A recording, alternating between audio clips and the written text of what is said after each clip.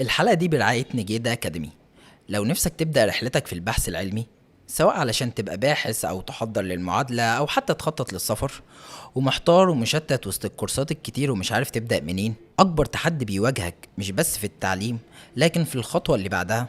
هل هتقدر تشتغل في فريق بحثي وتنشر ورقة علمية في مجلة دولية؟ هل هتلاقي مصدر تثق فيه ياخدك بإيدك ويوجهك؟ اعتقد ان الحل المناسب في الحالة دي نجيدة اكاديمي. اللي ما يعرفش دكتور احمد نجيدة، هو باحث مصري متميز حصل على زمالة بحثية من هارفارد ميديكال سكول، ونشر اكتر من 350 بحث علمي، والاتش اندكس بتاعه 35، من اعلى الاتش اندكس في مصر. الكورس عندهم مش مجرد كورس نظري وبس، دي باقة شاملة حاجات كتير. ان شاء الله هدفها ان هي تاخدك من A to Z جزء الريسيرش، مش بس محتاجه عشان لو انت كنت لسه مبتدئ في البحث العلمي، ممكن يبقى عندك خلفية اوريدي ويساعدك في حاجات كتير. الباقة بتاعتهم هتكون شاملة فيديوهات مسجلة وجلسات بتبقى مباشرة مع الدكتور، بيبقى فيه محتوى منظم، مش هتبقى محتاج اي حاجة معاه، ودعم من الخبراء وجروبات هتساعدك انك تقدر تنشر اول بحث ليك. ما تنساش لو سجلت من مجموعة من 5 اشخاص او اكتر هتحصل على خصم خاص. ما تضيعش وقت اكتر من كده، كل يوم بتأجله بيأثر على السي في. ابدأ خطوة حقيقية في البحث العلمي دلوقتي وسجل من خلال الرابط في وصف الحلقة. ازي حضرتك يا دكتور؟ صباح الخير يا مصطفى، ازيك؟ الحمد لله. حضرتك نورتنا الصراحة، ومبسوطين جدا ان حضرتك معانا، واحنا بنعتذر الصراحة على التأخير ده. حضرتك احنا لازم بعد كده ناخد بالنا من لا ما موضوع. تعتذرش، انا زي ما قلت لك من شويه انا مبهور ومعجب، يعني حتى كان نفسي احضر التحضير بتاعكم وانتوا بتجهزوا كل حاجه، فانا مبسوط للتحضير اكتر ما مبسوط، وان شاء الله ابقى مبسوط في اللقاء كمان ان شاء الله. ربنا يكرمك يا دكتور. اتفضل. دكتور حازم، دكتور انتي استاذ في القصر العيني. هو كان اوريدي مسافر بره مصر انجلترا، ورجع مصر، والحمد لله من انجح دكاتره الانتي ومن الناس اللي ذو اثر على ناس كتير يعني. الحلقه دي باذن الله تكون حلقه مميزه باذن الله يا اشكرك دكتور. جدا يا مصطفى. ربنا يكرمك. حابين نبدا مع حضرتك في الاول خالص، ما قبل الطب. هل حضرتك كنت حابب الطب او شايف ان حضرتك ان شاء الله تبقى دكتور، ولا كان في حاجة تاني في دماغ حضرتك والطب ده بس عشان كان مجموعة او كان رغبة اهل؟ طيب بص، هو عارف احنا مشكلتنا ايه او مشكلتكم كشباب ايه؟ مشكلتكم ان انتوا ظنكم ان انت لازم تبني مستقبلك من اول ما اتولدت. مفيش حاجه اسمها كده خالص. طفوله بريئه عاديه جدا فيها شخابيط ولعب وتخبيط ومع اخواتي ومع الناس وكل حاجه، ولا في طب في الخيال ولا في طب في الحلم اصلا ولا اي حاجه خالص. انما انت بتوصل في سن معين، سن بلاش اقول ابتدائي، بس يعني انت بتتبني في ابتدائي، بتتبني في اعدادي، بس توصل لمرحله الثانوي بتفهم بقى يعني ايه المسؤوليه. المسؤوليه دي حاجه مختلفه شويه عن الشغف. اغلب زمايلك عارفين ان انا مش مؤمن شويه بقصه الشغف دي، موجوده او كل حاجه بس ما يبقاش ليها الابر هاند. انما responsibility اهم بكتير قوي. انت راجل مسؤول، اهلك ربوك وتعبوا فيك، فانت لازم يكون الايم هاي، يعني انت لازم تدور على العالي يعني. لا مش مجبر على طب خالص، بالعكس كنت بحب الطب جدا. وانا رايي دايما الناس اللي بتحب تختار ان هو يختار باي اكسكلوجن الاول، وبعدين يختار هو بيحب ايه. يعني الاول يطلع من دماغه اللي هو ما بيحبوش، علشان يقلل قوي الفوكس بتاعه للي بيحبه، وبعدين يبدا ينقي من اللي بيحبهم. انا ينفع ابقى ده وينفع ابقى ده وينفع ابقى ده، بس ده احبهم ليه، ده اقلهم حب، ده اقلهم واقلهم. فاذا ربنا سبحانه وتعالى وفقنا للي بنحبه قوي، يلا. انما فلا، انا واحد من الناس ما كنتش شايف نفسي مهندس، ما كنتش نفسي خالص في شايف نفسي في مجال الماث اطلاقا خالص، وبالتالي انا كنت فوكس شويه علوم طبيه. لا شويه انت بقى بتشوف نفسك طب وصيدله وما اعرفش ايه. اما قصه استخسار المجموع دي فلا، ما كانتش في دماغي خالص، الحمد لله رب العالمين. ارضاء الاهل جزء مهم جدا.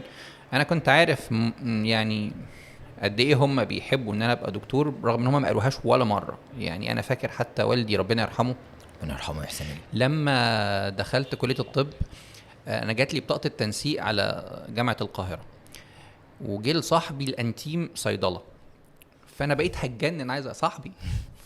فهو سكت مرة، قال لي يعني انت هتحول؟ فما قالش حاجه شويه، وانا صليت بقى استخاره وقعدت اركز مع نفسي، قلت له لا خلاص انا مكمل طب. فقال لي ايوه كده طب، كمل طب. فهو ما قالش الكلمه دي غير بعد ما انا خدت الفول ديسيجن يعني. كنت عاوز يا دكتور حضرتك توجه رسالة للناس اللي ممكن شوية يكون هم فعلا مش عاوزين طب وحابين حاجة تانية، بس في ضغط كبير قوي من اهلهم لدرجه ان اوريدي القرار بيتاخد، وبتبقى الكليه في الفتره الاولى دي من اصعب الفترات عليهم، وخصوصا ان هو بيبقى شايف شويه ان هو اجبر على الحاجه دي. فهل شايف حضرتك في اللحظه دي هو الافضل ان هو يعمل الحاجه اللي بيحبها، ولا يدي فرصه للطب، وخصوصا اذا كان خد شوت اوريدي فيه؟ طيب بص يا مصطفى، هو السؤال ده سؤال صعب، ده سؤال مش سهل خالص، لان في اختلافات بشريه رهيبه قوي ما بين الناس. انا لو حد مثلا من اهلي اجبرني، انا احساس المسؤوليه مثلا عندي يكون انا عالي قوي، فانا اقول حاضر هدخل ارضاء لابويا وامي. انما في واحد تاني ممكن يكون شايف ان ده تشالنج عنيف، واحد تالت لا يرفض، فدي حاجه فيها individual variation رهيبه جدا. بس انا شايف ان بمجرد ما خدت الديسيجن، يعني خليك قبل الديسيجن، في ناس هترفض، في ناس هتقول على مضض، في ناس هتقول وموافقه عشان بر الوالدين. انما بمجرد ما خدت الديسيجن، هنا بقى يجي فكره الريسبونسبيلتي. خلاص انت خدت المجال، مجبر بقى ولا حابب، فانت لازم تكمل التراك بتاعه للاخر. هرجع اقول تاني، اوعى تفتكر ان سنه اولى وسنه تانية هما المقياس، لان سنه اولى وسنه تانية انت لسه مصدوم اصلا، خارج من نظام ثانوي. ونظام ثانوي ده احنا عارفينه كويس، اللي بياخد دروس بياخد، واللي بيعمل والدنيا مش مظبوطه، مش زي مقارنه الكليه. كمان التدريس مختلف، بعد ما كنا لازم نحضر فيس تو فيس او بنحضر الدروس على جنب، بقينا لازم نحضر سكاشن ونحضر راوندات، فالدنيا صعبه. لكن نصيحتي بصفه عامه، انك بمجرد ما خدت القرار، سواء بتحب او ارضاء لاهلك او مجبر عليه، بس خدت القرار، افهم خلاص ده هيبقى مستقبلك، فلازم تدي اقصى ما عندك، ومعلش تتحمل الصعوبات اللي في الاول خالص. وصدقني القصة في الاخر ريوردنج. يعني انا من غير يعني ما ادخل في تفاصيل كتيرة، انا اكتر واحد بحبه في حياتي واحد من زمايلي، انا كان في ثانوي دخل كلية غصب عنه، ما كانش عايزها اصلا، وكان سبحان الله كان بيتعثر جدا جدا جدا في سنة أولى وفي سنة تانية وفي سنة تالتة، وكان غصب عنه بيشيل مواد، بس أبوه قال له أنت هتاخد طب، يعني هتاخد طب. وكانت حالته النفسيه فعلا وحشه، الحمد لله رب العالمين، من الكونسلتنس اللي بيشار ليهم بالبنان في انجلترا دلوقتي. ما شاء الله. فخلاص خدت التراك، امشي. يعني ممكن حد يتميز في حاجه هو مش بيحبها؟ ممكن حد يتميز في حاجه هو مش بيحبها لو اخلص فيها، يعني اعمل كويس قوي قوي قوي، ربنا اكيد هيكافئك. اكيد يا دكتور. احكي لي يا دكتور عن ايام حضرتك الاولى في الكليه، يعني احكي لي اول يوم في الكليه كان عامل ازاي. كان يوم حزين. الناس فاكره ان هي الوحيده اللي بتعدي باليوم الصعب جدا ده. طيب شوف، انا رحت الكليه اسبوعين متاخر لظروف شخصيه. يعني انا اول يوم احضر فيه في الكليه كنت متاخر عن الدراسه اسبوعين عن زمايلي، واحنا الدفعه بتاعتنا كانت دفعه 5/6 دي اللي هي كانت اتخرجوا 5 بقولة اعدادي، كان نظام كده موجود. كان في سنه اعدادي بقولة اعدادي، فبقت دفعتين في دفعه واحده، فدفعه كومبيتيشن رهيبه قوي فيها. ففاكر لما دخلت المحاضره، كانت اول محاضره حضرتها كانت لدكتور عاكف خويلد، ما اعرفش تعرفوه ولا ما تعرفوش، حد من الاميننت يعني، الناس الشاطرين جدا يعني. فحضرت المحاضره، فالمدرج مليان على اخره، دفعه بقى بتحب الحضور وما اعرفش، دفعه جباره يعني. فكل الناس هو بيسال، والناس بتطرقع صوابعها وتجاوب وترفع دي، وانا مش فاهم الانجليزي اصلا، يعني انا بحاول افهم الانجليزي اللي بيتقال، مش فاهم سؤال. فخرجت يوميها فعلا وحرفيا انا خرجت بعيط. لا مش بمثل ان انا بعيط او بيتهيألي انا بعيط، لا بعيط. يعني قعدت على جنب كده في ركنه وقعدت اعيط، انا ايه اللي جابني هنا، انا ده مش مكاني، انا مش فاهم حاجه، هو ده الانجليزي اللي انا كنت باخده قبل كده. انما مع الوقت ومع السبورت بتاع زمايلي اللي كانوا موجودين من قبلي، ما خبيش عليك الامور اختلفت. وبقيت في الاول خالص كنت بذاكر غلط، يعني كنت بقعد امسك الانجليزي واترجم، انا مدارس حكومي، انا مش كنت مدارس خاصه، فكنت امسك الانجليزي واترجم، ومع ذلك شفت ان ده عبط، كل ده عبط ما يسواش حاجه خالص، الميديكال تيرمز مختلفه خالص وهتيجي وذ تايم. اول يوم كان صعب جدا، وكان يوم انا ما زلت بصنفه لحد النهارده يوم حزين. بس ليك تتصور ان في يوم من الايام وفي نفس المدرج انا كنت بدي محاضره بعد كام سنه بقى، لما بقيت محاضر، لما بقيت مدرس، نفس المدرج اللي حضرتك نفس المدرج اللي حصل فيه نفس القصه ونفس العياط ونفس البكا ونفس الحزن، في يوم من الايام بقيت انا بدي فيه للطلاب بتوعي محاضره من المحاضرات. فده في حد ذاته مكافاه، ريورد. صح يا دكتور. عاوز حضرتك، دايما الناس بتبقى شايفه ان الدكاتره او اي حاجه حد بيتكلم على المشاكل اكتر، او ماشي خلاص عرفنا ان كلنا بنعاني في سنه اولى، وقول لي بقى اعمل ايه، يعني انا كطالب اعمل ايه من ناحيه طريقه احنا كل شويه بنسمع حد طريقه مذاكرتي غلط، طريقه مذاكرتي غلط. طب ايه الطريقه الصح؟ طيب هو انا شايف ان الاجابه هنا سؤالين او يعني حاجتين، وانا افضل ابدا ما تعملش ايه. حلو قوي. يعني قبل ما اقول لك اعمل ايه هقول لك ما تعملش ايه. اولا ما تستسلمش، لان with time هتحس انك انت فارق، يعني with time هتبقى فارق. الحاجه التانية don't stop، يعني ما توقفش. perseverance هو كلمة السر دايما مع أي طالب، بالذات بقى طالب طب، فلازم الاستمرار، الاستمرارية دي هي أهم حاجة. طيب خش على التالتة، بلاش تستسلم لأفكار السيئة اللي بتيجي من أصحاب السوء. أصحاب السوء ده يعني مش لازم يكون حد بيشرب سجاير وحد بيشرب معرفش ايه، لا، بس هو أصحاب السوء ده ممكن يقول لك إيه، ممكن يقول لك لا أنت مش قدها، لا أنت مش هتعرف، اللي قبلينا سقطوا، اللي قبلينا عملوا. لا، كل الافكار دي سيئه للغايه. فلو قدرت تستمر، لو قدرت تبعد عن دول، لو قدرت تبيليف ان في الاخر خالص هيبقى في ريورد، نيجي بقى تعمل ايه. تعمل ايه؟ ستادي كل يوم، ما تسيبش ولا يوم من غير مذاكره. دونت ويست يور تايم، يعني انت ما تضيعش وقتك، لازم يبقى فيه جين ولو صفحه في اليوم. هتقولي صفحه ومش كفايه والموديولز كبيره ومعرفش، يقول لك ده احسن من انك تعدي اليوم كله من غير ما تذاكر ولا حاجه. طب اعمل ايه تاني؟ ابدا باللي بتحبه في اللي انت خدته. يعني انا خدت النهارده 10 صفح، لقيت منهم صفحتين حلوين، ابدا بيهم، خلصهم. هتلاقي نفسك بتقول انا ذاكرت 2/10، ده هيبقى موتيف تذاكر 4/10، 6/10 لحد ما تخلص ال10 صفحات. انما ما ابداش في الصفحه اللي انا كارهها واللي انا عارف ان انا مش هعرف انجز فيها، فاقعد قدامها ساعتين 3 ساعات لحد ما استهلك تماما ولا نفسي مش قادر انجز. طيب هقول لك اعمل ايه تاني؟ ريبيتيشن از كي. يعني لازم اقرا، ان شاء الله اعمل سكيمينج في الاول خالص، هقرا بسرعه وبعدين اقوم حاطط بالقلم كده كام كلمه مهمين هم اللي انا هركز عليهم، وبعدين ارجع احاول استرجعهم. كل ده مش هياخد منك 10 دقايق، وبعد كده بقى اقرا القرايه الجد. قلبت الصفحه ما ترجعش، قلبت الصفحه ما ترجعش. ده انا يا دكتور لما بوصل لاخر الصفحه بكون نسيت اولها. مالكش دعوه، انت عندك حاجتين، حاجه اسمها شورت تيرم ميموري وحاجه اسمها لونج تيرم ميموري. خزن على قد ما تقدر، الريكول هيحصل في وقته. فبلاش القلق الاوفر من الاول خالص، ودي اهم حلول. ما تعملش ما تعملش ما تعملش، ثم اعمل اعمل اعمل. كنت عاوز قصص لحضرتك او شفتها حضرتك يعني.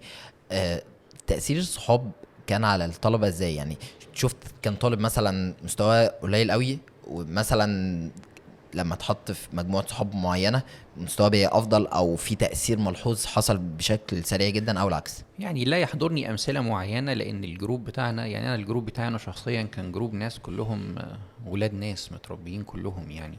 وخليني بس برضه اكون واضح جدا، ان مش معنى ان انت دخلت كليه عريقه زي كليه طب ان بالاساس انت الباك جراوند بتاعتك لازم تكون بنفس العراقه. انت ممكن تكون من ناس عاديين جدا جدا جدا وبسطاء جدا جدا جدا، وانت الفيرست جنريشن دكتور، وانت اللي خدت الليد، وانت اللي هتسيب الاثر خلاص. انما انت بتكونتينيو اللي بدأوا اهلك فيك. فالتربيه جزء مهم قوي، انا بشوف ان هو اهم حتى من التعليم، لان التربيه دي فيها الموتيف. انت انسان، اهلك علموك تمشي صح، همشي مع المجموعه الصح. فانا اللي اقدر اقول لك عليه ان وجودي مثلا انا شخصيا مع الجروب بتاع زمايلي اللي هم كلهم كانوا الناس بشر ملتزمين، ده كان من اهم الحاجات اللي انا التزمت بيها. حتى لما كنا بنخرج بحساب، لما كنا بنرجع بحساب. كنت كل واحد فينا عارف التاسك بتاعه، اللي مننا بيحب طب واللي ما بيحبش. يمكن ما شفتش امثله سيئه، بس وانا استاذ بعد كده شفت ده في طلاب. يعني انا اعرف طلاب لما بمجرد ما نصحت الطالب لا انا مش حاسس ان ده الجروب الصح بتاعك، غير الجروب. لمست ان هو بعد شهر شهرين بدأ يبقى اكتر التزاما، ثم بعد شوية بدأ يبقى درجاته افضل، البرفورمانس احسن. فانا ما شفتهاش وانا طالب، بس شفتها وانا مدرس او استاذ في الطلاب بتوعي. فعلا وجودك في بيئة حلوة هتشجعك، ووجودك في بيئة سيئة هيجيبك ورا. ولو في اكسبشن، عشان الناس بتفكر بتقول ايه، لا ما هو انا هبقى انا الشخص اللي هبقى وسط صحابي، انا عارف ان هم مش بيذاكروا او مش افضل حاجه، بس انا هبقى مميز فيهم. فهل الاكسبشن ده يعني نقدر نعتبرها قاعده، او قد كام في الميه يعني؟ عاوز حضرتك تقول لي. يعني انت تقصد ان لو الشخص نفسه تواجد لان هو شاطر شويه، فقال بالظبط. لك انا هتواجد في بيئه تكون اقل مني شطاره، علشان ابقى مميز اصحابي، ما انا مش وسطهم. انا بحبهم. ماشي انا بحبهم بس وانا مش معترض، وانا بقول لك البيئه اللي تدفعك هي البيئه المحترمه، البيئه الكويسه. ما قلتش البيئه الشاطره بالمناسبه، انا قلت البيئه المحترمه، البيئه الكويسه، الملتزمه. لان الملتزم عنده مسؤوليه، فمسؤول بس بيجيب 8 من 10، مسؤول بس بيجيب 6 من 10، بس مسؤول. واحد تاني لا، مش مسؤول، عنده نيجليجنس رهيب، عنده ignorance رهيب، عنده reluctance رهيب. ده ما تبقاش معاه حتى لو مين، دفعتك واصحابك وحبايبك اللي انت بتحبهم، انتقي منهم العشرة او الخمسة او الواحد اللي هيزوقك لقدام حتى لو مستوى اقل منك، انما يكون ملتزم ويكون بيزوق لقدام. بس فتواجدك الا بقى لو انت نفسك مش تمام، لا انا بحب انا ابقى انا الظاهر في وسط الجروب بتاعي، لا يبقى انت اللي عندك المشكله. لا انا مش حابب كده، بالعكس ده انا ممكن اخد بايد زمايلي لان انا ملتزم زيهم، فكلنا نرفع بعض، ما يبقاش واحد فينا بس اللي كده. فاهم حضرتك يا دكتور. آه كلية طويلة يا دكتور، ونقدر نقول متعبة، والريوردز زي ما حضرتك قلت متأخر فيها شويتين. صحيح. تنصحنا بإيه؟ يعني إيه الحاجة اللي ممكن تكمل إن إحنا نبقى موتيفيشن أكتر، وإن إحنا نتشجع أكتر، أو نقدر نكمل بنفس الشغف فعلا اللي بنبقى داخلين بيه؟ طيب خليني اقول لك مثل رد على السؤال ده، مثل عادي خالص في حياتنا اليومية. انا لو ماشي في الشارع، همشي في الشارع عادي خالص رايح من الحتة الفلانية دي للحتة الفلانية، انا عارف ان التارجت بتاعي بعد 7-8 عمارات، وانا ماشي هنا اهو، انا هنا في المكان ده قدامي 7-8 عمارات. هل انت وانت ماشي بتبقى باصص على العمارات، يعني باصص قدام عند الهدف، ولا باصص تحت رجليك في الخطوات اللي انت ماشيها؟ تحت رجليا طبعا، أو أقرب طيب هدف. ايه اللي هيحصل لو انت بتبص بعيد وانت ماشي في شارع كله حفر؟ ايه اللي هيحصل؟ انا ببص بعيد اهو، طبعا. انا ببص على الايم بتاعي، انا الايم بتاعي هبقى دكتور، هبقى الايم بتاعي هوصل العماره السبعه دي، لكن انا مش باصص تحتيه، وتحتيه كله حفر وكله بلاعات وكله معرفش، اول بلاعه هتقع فيها. صحيح. صح كده؟ يبقى المقصود انك انت تعدي حياتك خطوه بخطوه، ستيب باي ستيب. ما تقولش الطريق طويل، هو في طريق قصير؟ هو في كليه طريقها قصير؟ خلينا نتكلم على كل الكليات. في كليه طريقها قصير؟ مفيش. هتقولي اصل في كليات 4 سنين، انت بقيت 5 دلوقتي، ما بقيتش 6 زي زمان. اصل في كليات، اصل في معاهد 2 سنين، اصل في معرفش مين. طب ما كل واحد فيهم بيحارب حربه، كل واحد فيهم عنده ليه مشاكل. وعنده مشاكله، وعنده الايمز بتاعته اللي ممكن تكون مختلفه عنك. انت الايم بتاعك ان انا ابقى دكتور، لازم تشتغل على الايم ده. الايم بتاعي بقى السكه بتاعتي طويله بس همشيها ستيب باي ستيب، وما بصش بعيد قوي، هبص تحتيه، لانك انت هتقع في اول بلاعه واول وقعه واول درجات هتتشفط منك، هتزعل وتحزن على نفسك قوي. عاوز حضرتك تحكي لي يا دكتور عن دكتور كان أثر في حضرتك، أو حاجة كنت تتمنى تشوفها وحضرتك طالب وكنت مفتقدها جدا، وبتحاول تعمل ده دلوقتي وحضرتك أستاذ. طيب هو في اكتر من مثل، في امثله طبعا طيبه جدا، وفي امثله احنا كلنا عارفين ان انت بتقابل ناس مش احيانا مش هم اللي بيبقوا كويسين في حياتك يعني. فضمن الامثله الكتيره قوي مثلا دكتور مدحت. دكتور مدحت ده حد من الناس اللي انا بحبهم جدا، بحبهم على المستوى الشخصي كمان.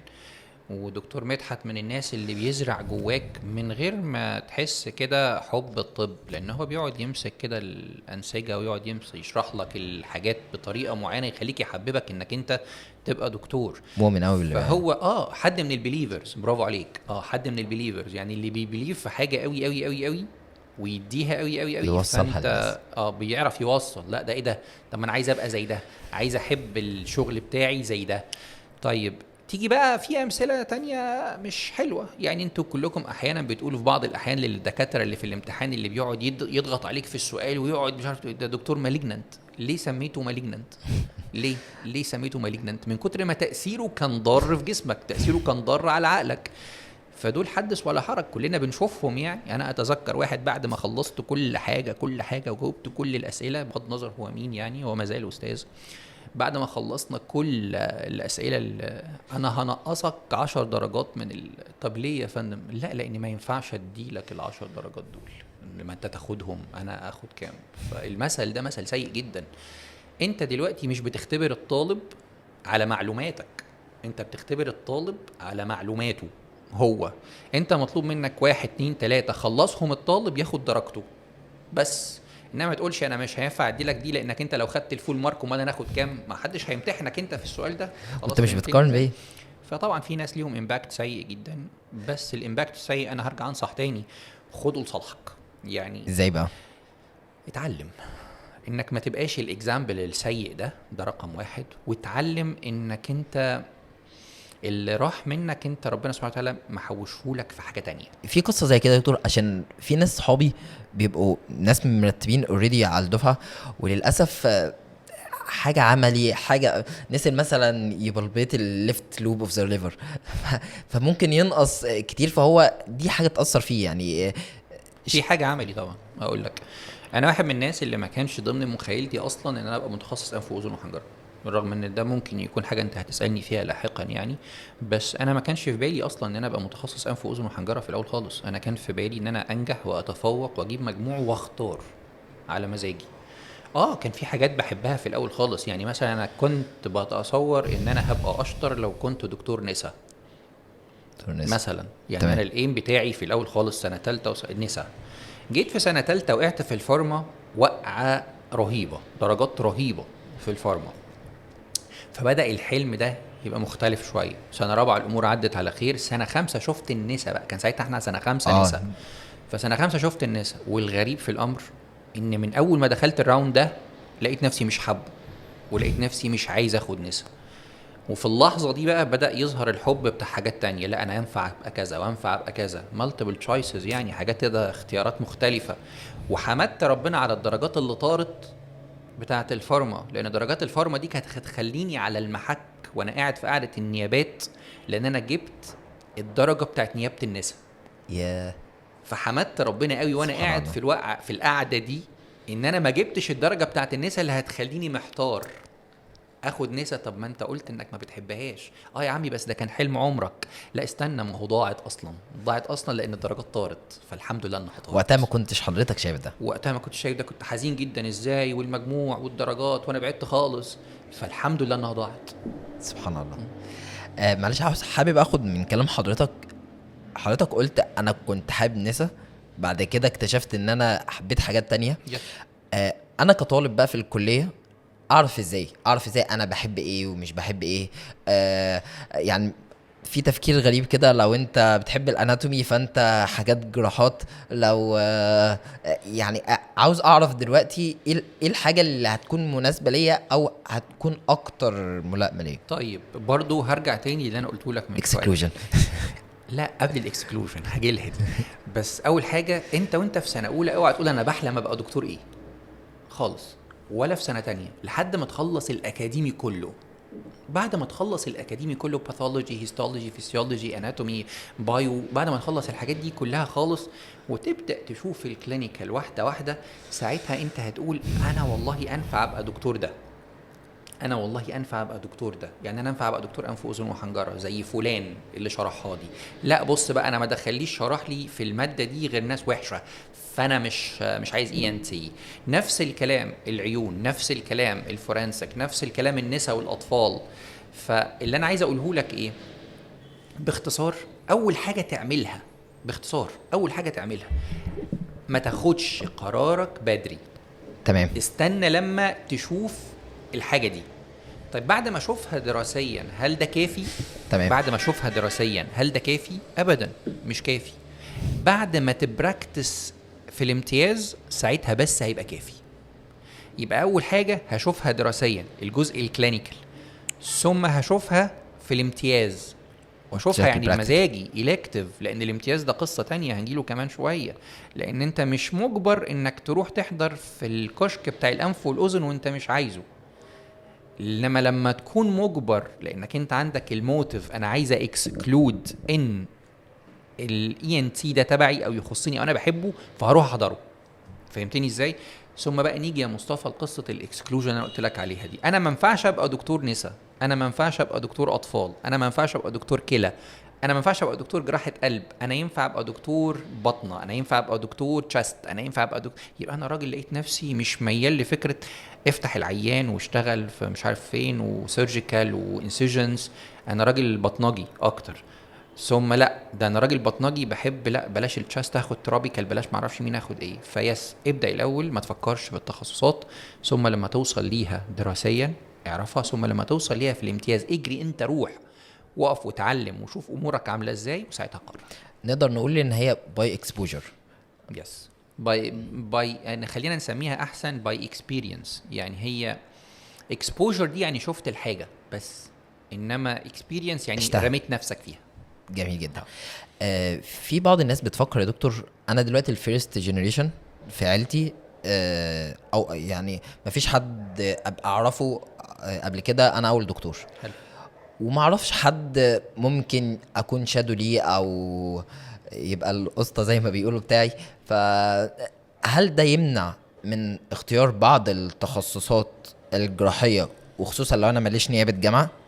ولا شايف حضرتك دلوقتي لا، في ناس كتيرة جدا بيبقى عندها القابلية ان هي تعلم، ولو انت طلبت من حد ممكن يساعدك في حاجة زي لا كده؟ طبعا ما فيش ناس كتيرة حابة تعلم، واحنا ليه هنضحك على نفسنا؟ لا طبعا ما فيش حد، ودي مشكلة الجنريشنز بتاعتكم دلوقتي، ان انتوا مش لاقيين عدد كافي من المنتورز يغطيكم. واحنا يمكن زمان كانت القصة دي برضو موجودة، بس مش موجودة زي دلوقتي بقت بشعة، لان عددكم انتوا بقى زيادة قوي قوي قوي، عدد الطلاب بقى زيادة جدا على عدد المنتورز. وبالتالي ايه اللي حصل؟ المنتورز بدأوا شوية شوية يقلوا في ان هو ياخد باله او يراعي العدد الرهيب ده حاجة فوق الوصف. انما فكرة انك فيرست جنريشن دكتور دي فكرة، انت دي فكرة مش نادرة، ده هي دي الاساس اصلا. الاساس ان اغلب الناس اللي واخدين طب اهاليهم مش في طب، وحتى لو اهله في طب هتلاقاه عمه وخاله ومعرفش، مش لازم باباه ومامته يعني. طيب هل ده يفرق؟ يعني ممكن اقول لك يفرق شويه لو في نفس المكان، يعني لو هو بعد كده هيبراكتس مثلا ميديسن في نفس المكان اللي فيه بابا او فيه بابا وماما، طبعا هيلقى شويه سبورت كفايه السمعه يعني.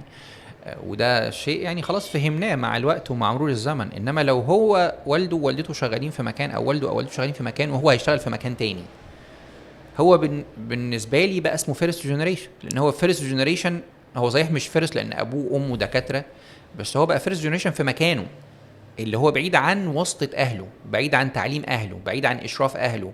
فأنت فكرة فيرست جنريشن دي فكرة كبيرة قوي قوي قوي، وبالعكس أنا بشوفها موتيف قوي إنك تكون فيرست جنريشن، أحلى بالنسبة لي من إنك تكون سكند جنريشن. سكند جنريشن عادي. هيدي لك شوية، لا المعلقة الذهب بقى، فكرة المعلقة الذهب، أنا السهل. هاكل. أنا لو ما أكلتش النهاردة أهلي هيأكلوني بكرة. لكن لما تكون فيرست جنريشن غالبا انت بتحارب. طبعا مع كامل الريسبكت عشان ما حدش يفهم من كلامي ان انا اقصد ان انا اقلل من فكره انك انت سكند جنريشن، لان احنا كلنا بنتمنى كفيرست جنريشن حد من ولادنا يبقى بقى السكند جنريشن بتاعنا، ما كلنا كده، فانا لا يمكن اقلل ابدا منهم. بس باختصار شديد قوي ان فكره انك انت فيرست جنريشن adds some motives، وده شيء عظيم. ما عندكش رفاهية؟ ما عنديش رفاهية طبعا. وخلينا نقول احسن من كده، عندك جولز اكبر. عندك، لا انا هبقى دكتور، انا عايز ابقى دكتور، انا عايز ابقى دكتور عشان اهلي، انا عايز ابقى دكتور عشان ابقى اول واحد في العيله، انا عايز ابقى دكتور ناجح علشان عيلتي تتفخر بيا، انا عايز، يعني انت فاهم، عندك نفس كلمه دكتور دي اللي انت هو برضو بيحلم بيها، هو بيحلم انا عايز ابقى دكتور، بس هو اهله سبقوه. انت عايز تبقى دكتور عشان تبقى انت الليد، فالموتيف اقوى. وطبعا زي ما بقول كمان مره with all due respect يعني. في قبل كده دكتور بيشوف دلوقتي في حاجات كتير قوي بتتعمل مع الطب، فكان قال لي جملة وانا بالنسبة لي مش شايفها صح. هي بيقول لي ان الطب زي الفريك مش محتاج شريك، يعني انت ما ينفعش تعمل حاجة تاني مع الطب. فشايف حضرتك هل الطب محتاج ان الشخص يكرس حياته ويديله كل وقته، ولا طريق طويل ومحتاج انك يكون في اكتيفيتي او يكون في سكيل تانية بتحاول تطورها مع الطب؟ هو سؤال جميل طبعا، بس خليني برضه اقول لك ان فكره انك انت تبقى انت دكتور بس دي فكره مستحيله. ما فيش حاجه اسمها انت دكتور بس، انت عندك حاجه تانية، ممكن تكون موهبه، ممكن تكون جفت معينه. انت دكتور وبتحب تكتب والامثله كتيره، انت راجل كاتب وعندك قصص بالهبل، يعني عندك بدل القصصي البارع عشرات الامثله. انت دكتور وبتعرف تمثل، وعندنا بدل الامثله كتير. انت دكتور ومقرئ قرآن، وعندنا بدل المثال امثله كتير. انت دكتور وممثل مسرح، وعندنا بدل الامثله التيم بتاعكم، التيم اللي موجود في القصر العيني دلوقتي مثلا وغيره في كل الكليات، اللي هو تيم المسرح، دي ولاد وبنات فنانين، ما اقدرش خالص اتكلم عليهم اي حاجه، دول فنانين، لان هو بيقفل مذاكرته، بيشتغل حلو، وفي نفس الوقت عنده الهوبي اللي بيكمل فيها باحترام وبأدب وبذوق.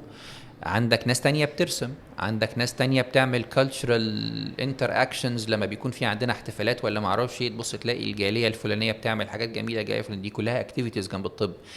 المقصود يعني انك انت لو عشت حياتك مكرسها قوي للطب هتتقوقع قوي، هتبقى عامل زي ما بيقولوا كده بره، يعني اللي هو الفريك بتاع الشغل، يعني لو انت ورك فريك، او انت نيرد، او انت ما اعرفش اللي هو يعني انت ايه اللي انت متقوقع على نفسك ليه كده؟ لا، ما ينفعش. وسع السكوب بتاعك شويه، لان الحاجات دي هتنفعك. يعني انا واحد من الناس اللي ما كانش ليا هوبيز كتير قوي قوي قوي، يعني لما كنت طالب، بس في نفس الوقت ما كنتش متقوقع قوي على المذاكره، يعني كان معايا الكتاب صحيح، بذاكر في اي حته انا بروح فيها، بس لازم يبقى عندك حاجه تانية تعملها، ترسم، تجري، تنط، تلعب كوره، تخرج انت وزمايلك، لازم يكون في حاجه تانية. جميل. دكتور، في ناس شايفه ان هو مش شايفه، هو ده واقع للاسف. الطب زي ما حضرتك وضحت الريوردز بتاعه متاخر، والفلوس بتيجي فيه متاخر شويه، ومحتاج انفست كتير، محتاج كوقت وكمجهود وبرضه فلوس. فقدرتي وقدره اهلي ما تقدرش على الانفستمنت ده لمده طويله. اعمل ايه يعني؟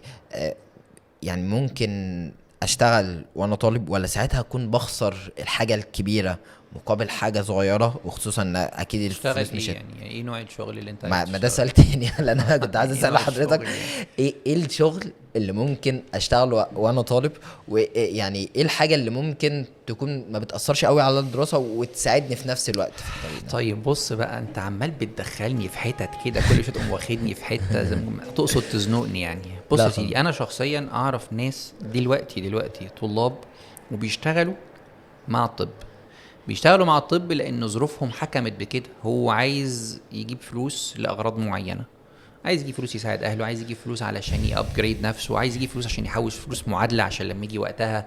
حلو. طيب ينفع تشتغل بس ما تضيعش نفسك، يعني ما تضيعش الاهم، لان الاهم انك انت تجيب مجموع وتبقى في مكان كويس، ما تتحدفش في مكان بعيد فما تتعلمش حاجه، لانك انت هدفك لو ما كنتش تبقى نايب جامعه، برضو هدفك انك تبقى في مكان كويس علشان تلقى حد يبقى منتور، بدل ما تبقى انت لوحدك مدير الوحده الصحيه اللي انت رايحها بتقيس ومش الضغط. معاك حد يعلمك اي حاجه.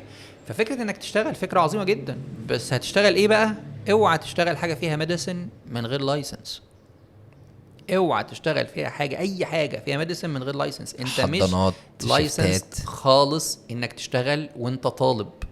فارجوك انتبه، اشتغل بقى اي شغلانه تانية تخصك بعيد خالص عن المجال، بس حافظ على وقت مذاكرتك، لكن اوعى، لانك انت لو اتمسكت يا معلم مش عايز اقول لك يعني، هتضيع حاجات كتير ده أوي. دلوقتي الدكتور لو اتمسك بغلطه هيتنفخ ما بالك بقى باللي مش دكتور، اللي مش معاه لايسنس.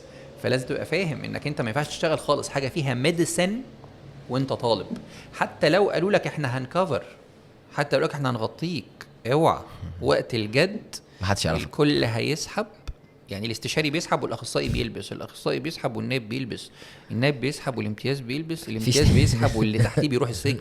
خلاص فهمنا ازاي؟ فخد بالك. كنت عايز اتكلم مع حضرتك اكتر في جزء ازاي احدد هدفي في الكليه. يعني ازاي اعرف ان انا اقعد في مصر ولا اسافر افضل ليا.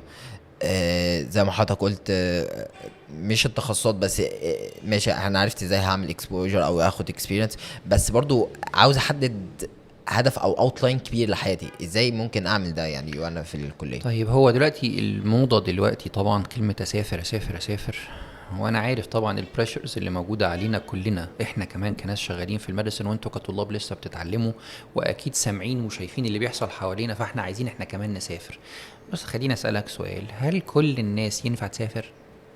بالعقل يعني، هل ينفع كل الناس تسافر؟ ما ينفعش. في واحد هو وحيد اهله، معاه فلوس بس هو وحيد اهله، مش هينفع يسيبهم ويسافر. في واحد تاني لا، هو وحيد اهله وبيصرف عليهم وهيصرف عليهم في يوم من الايام، ما ينفعش يسافر. في واحد تاني اصلا مش معاه فلوس رغم ان عنده اخوات، بس مش معاه فلوس عشان يعادل. في واحد رابع ما عندوش الرغبه اصلا في السفر، الرغبه مش موجوده، قال لك انا اقعد في مصر وابجريد نفسي الاول. في واحد تاني من الاول خالص قال لك انا هسافر. الناس مختلفة خالص. ففكرة اسيت جول دي برضو individual variation. لكن خليني اقول لك انا همشي شوية عكس التيار. ارجوك ما تسافرش في الاول. ليه يا دكتور؟ ليه بقى؟ طبعا اصلا لو قعدت وهيحصل لي وهيتسوى فيا وهتبهدل وهتمرمط. لازم علشان تسافر somehow كبير، ما تسافرش صغير بذرة. ما تسافرش بذرة الا اذا كنت هتروح تبدأ تراكب تعليم تاني. يعني مثلا اللي بيحضروا اليوسم الاي ولا اللي بيحضروا البلاب عشان يسافروا، هكون انا مؤمن جدا بالنظريه دي ان هو هيسافر عشان ياخد الواي اوف ريزيدنسي من بدايته. خلاص فهمتني ازاي؟ لكن لو انت عندك النيه انك انت تجيب الاول الفلوس ثم بعد كده تيجي خطوه المعادله في مرحله لاحقه، اذا يبقى انت غالبا بتفكر تسافر دوله عربيه. لما تسافر بقى دوله عربيه بلاش تسافر صغير، لانك انت هتفضل صغير ومش هتتعلم حاجه ومش هتزيد، بالعكس يمكن تمنتين او تنزل شويه. فاتعلم الاول في بلدك حتى لو كان التعليم شويه صعب وشويه مليان مشاكل، جين شويه اكسبيرينس وبعدين سافر. هتنفعهم وهم هينفعوك، هتنفعهم المكان اللي انت هتروحه ده وهم هينفعوك. لكن ما تسافرش وتقعد طول عمرك نايب، ما تسافرش وتقعد طول عمرك اخصائي صغير انا عايز ابجريد في المكان. فهمتني ازاي؟ فبلاش كل الناس تفكر في السفر. يا جماعه انا عارف ان ظروف السفر دلوقتي والناس كلها والقوانين ومش القوانين والكلام ده كله، لا انا مش بقول لكم كلكم سافروا، على اني في الاخر خليني اقول لك نصيحه بقى. السفر فكره واجبه. مفيش دكتور الا ونفسه مره على الاقل قالت له بينه وبين نفسه اسافر. بس تسافر ليه بقى؟ انت بقى اللي هتقرر. انا هسافر اتفسح، او هسافر اخد كورس، او هسافر اشتغل وارجع، او هسافر اخد جنسية وارجع، او هسافر ومش راجع. خلاص؟ دي 5 انواع للسفر. سفر الفسحة، سفر التعليم، وسفر ان انا اخد رانك وارجع، وسفر ان انا اخد جنسية وارجع، وسفر ان انا اروح مرجعش. فهمتني ازاي؟ فحتى السفر مليان حيرة. السفر نفسك لازم تحدثك بيه وانت دكتور، انما تعمله امتى this is up to you. فهمت حضرتك يا دكتور. ليه انت يا دكتور، ليه حضرتك اخترت التخصص ده، وكنت بتفكر في ايه تاني غير انت؟ واحكي لي عن حضرتك وقت اختيار التخصص. ما كانتش القصه كبيره قوي يعني. هو انا قلت لك خالص كان عندي تفكيري في النساء لحد ما لغيته خالص وانا طالب. وبعدين كان عندي تفكيرين تانيين، تفكير اي ان تي وتفكير اناثيزيا، التفكير بتاع اناثيزيا الاثنين دول بس. ولان انا كنت نايب جامعه فانا كنت واتشنج دايما الترتيبات. يعني انا مثلا درجتي هتجيب لي ده وتجيب لي ده وتجيب لي ده، فكان ضمن الحاجات في حاجات جراحيه انا ما بحبهاش. يعني انا ما كنتش عايز اخد جراحه مسالك مثلا، يعني مش عايز اخد جراحه قلب وصدر مثلا، مش عايز اخد جراحه، يعني في جراحات معينه لغيتها من حساباتي مش بحبها. فانا كنت بحب جراحه اي ان تي، لان انا وانا في الامتياز كنت بتفرج على بتوع الكشك وكنت بقعد معاهم في النيابه. عشان كده انا بقول لك بيجي بقى دور الامتياز هيعمل ايه؟ انت هتروح ترمي نفسك في الحاجه اللي انت ناوي تاخدها. ذكر بنت كان اسمها ايمان تقريبا. ايمان دي كانت امتياز وقت ما انا كنت مدرس مساعد. ايمان خدت كل البرانشات اللي انت ممكن تتخيلها في الامتياز. حضرت في الكوميونتي وفي الفورنسك وفي الاي ان تي وفي العيون، تطلع العمليات وتشتغل وتقفل غرز وتروح مع بتوع البلاستيك وتعمل معرفش ايه، وتروح تقعد في البطنه وتشوف وتركب رايل وتعمل كانيولا. البنت جننتنا في سنه، كانت شعله من النشاط لان هي جت عندنا اي ان تي شويه فاحنا شفناها وكانت بتساعد معانا. بعد ما خلصت خالص خدت كوميونتي، فبقيت بقول لها كوميونتي بعد ما عملتي ده كله؟ فقالت لي انا عملت ده كله علشان اشوف نفسي فين. انت فهمت ازاي؟ ففكره اصل انا في الامتياز ما بتعلمش، انت ممكن تتعلم، روح. ما هو ما حدش قال لها امشي، ما حدش قال لها مع السلامه. انا ممكن اساعد معاكم النهارده، انا زميلتكم دكتوره الامتياز في المعرفش ايه، اتفضلي اقفي اوبزرفر وبعدين خشي مثلا ممكن تعملي كذا تعملي كذا، خطوات بسيطه. واتعلمت البنت حاجات كتير قوي قوي، وقالت لي انا خدت البيزك سكيلز في كل حاجه. طب انت يا بنتي اتخصصتي في ايه بعد ما شفناها بقى بسنه بعدها؟ كوميونتي. طب انت ليه اتخصصتي كوميونتي؟ والله انا عايزه، انا حياتي كده، انا عايزه ابقى مرتاحه في حياتي، عايز بعد كده لو سافرت اسافر فاميلي ميديسن في حته، يبقى انا بس انا خلاص اتعلمت الحاجات البيزكس كلها. فانا كنت بحب النساء بس لغيتها، كنت بحب الاي ان تي وكنت بحب الانستيزيا. بس انا دايما بنصح زمايلك لما يروحوا القعده بتاعت النيابات ياخدوا معاهم حد بيحبهم، حد مخلص. فهمتني ازاي؟ حد مخلص ليهم جدا. مين بقى اللي انا خدته معايا في اليوم ده؟ كانت مراتي. يعني انا خدتها تمام. معايا في اليوم ده، كانت مراتي، كانت خطيبتي بقى ساعتها. فقعدت معاها في اليوم ده، فانا عمال بقى حاطط بقى الجدول قدامي وعمال بكتب وكده. عدى خلصت نيابه كذا وخلصت نيابه كذا وخلصت نيابه كذا، وهي عماله شايفه الورقه معايا لحد ما في الاخر قالت لي ايه؟ قالت لي خلاص انت دورك اللي جاي، هتطلع تقول ايه؟ فقلت لها انت رايك ايه؟ فقالت لي ما فيهاش اختيارات، خلاص انت يا كذا يا كذا، يا اي ان تي يا تخدير، انت عايز ايه؟ فقلت لها انا اشوف العيانين. قالت لي خلاص اتفضل خد اي ان تي. انت بتبقى محتاج حد يديلك البوش الايه الاخيره. والحمد لله رب العالمين خلاص. يعني هي برضو شافت تبعات الاي ان تي بعدين على حياتها. يعني لما انا خدت الاي ان تي قلت لها انت اللي اخترتي. هل التخصص بيبقى مناسب لناس معينة وناس تانية لا؟ يعني في سؤال جالنا غريب جدا من طلبة بيقولوا عاوزين نعرف هل تخصص الانتيم مناسب للبنات ولا لا. فانا استغربت سؤال وحبيت اساله لحضرتك. طيب هو انا كنت خايف جدا من السؤال الشائك ده اصلا، لان السؤال ده مليان. انا عارف ان الدنيا كلها هتسيب البودكاست كله وتقوم داخله في الحته دي، دكتور حازم ودكتور حازم. بص بقى، انا هل كنت تخصص الانتيم مناسب للامتياز؟ لا، ده السؤال ده انا البنات. بتساله من زمان، هل تخصص الاي ان تي مناسب للبنات ولا لا؟ هو السؤال. وهل التخصص ده هو التخصص الوحيد اللي يناسبك؟ يعني هل مفيش تخصصات اخرى مناسبه ليكي؟ وانا هنا مش بتكلم جندر وايز عشان ما حدش يزعل مني، ما بتكلمش بنت وولد. ادينا شايفين البنات بياخدوا بلاستيك والبنات بياخدوا معرفش، وشفنا البنات بياخدوا مسالك كمان دلوقتي. انما هرجع اقول تاني، انت وانت بتشتغل او وانت بتشتغلي لازم تعرفي انت داخله البيئه اللي حواليكي عامله ازاي. يعني اذا كنت انا هفتح انا الدكتوره الوحيده في البرانش ده في القرية بتاعتي علشان اخلي كل الستات اللي في القرية يكشفوا عندي من غير حرج، فده موتيف جميل خالص وما اقدرش اجادل فيه وما اقدرش اتكلم عليه واقول لك اتفضلي. لكن لو انا لا هاخد الموتيف ده، هاخد الاي ان تي فاسافر فاقعد في بلاد الغربة لوحدي، فانا هقول لك لا ما تاخديش اي ان تي. تاخدي اي ان تي ليه؟ يعني انا هنا بتكلم برضو حتة علمية مع حتة شرعية عشان بس ابقى واضح. طيب هو الاي ان تي وحش؟ الاي ان تي مش وحش. الاي ان تي وحش للبنت بس just imagine yourself في two situations. اول سيتويشن عيان جالك عنده سترايدر مخنوق، تاني سيتويشن عيان عنده سيفير او هوربل ابستاكسس. لو الاتنين دول السيناريوهين دول عدوا من ذهنك صح وعرفتي تمانج معاهم وتشوفيهم في الامتياز صح، اذا البرانش خلاص بقى زيه زي غيره، مناسب لاي حد. بغض النظر بقى ما تقوليش بقى هو مناسب لي كبنت، انت كده انت اللي حطيتي سؤال الجندر مش انا. هو امتى اقول البرانش مناسب؟ لو انت قدرت تكوب مع اللي فيه. انا لسه قايل لك من شويه على ايمان خدت كل حاجه دي احنا افتكرناها هتاخد نيابه، وبعد ما لانها خدت كوميونتي فاستغرب يا بنتي دي مش كنت هتاخدي؟ فقالت لا خلاص انا شفت اللي انا عايزاه ومش عايزه.